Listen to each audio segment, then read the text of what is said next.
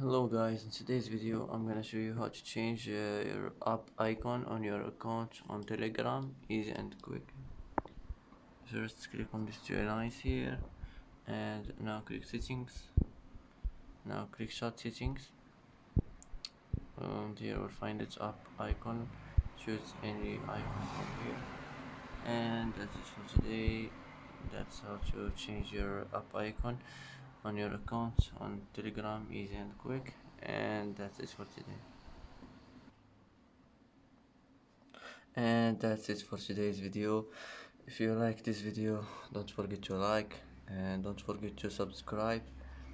I hope this video is helpful for you, and thanks for watching until the end, and see you in the next video.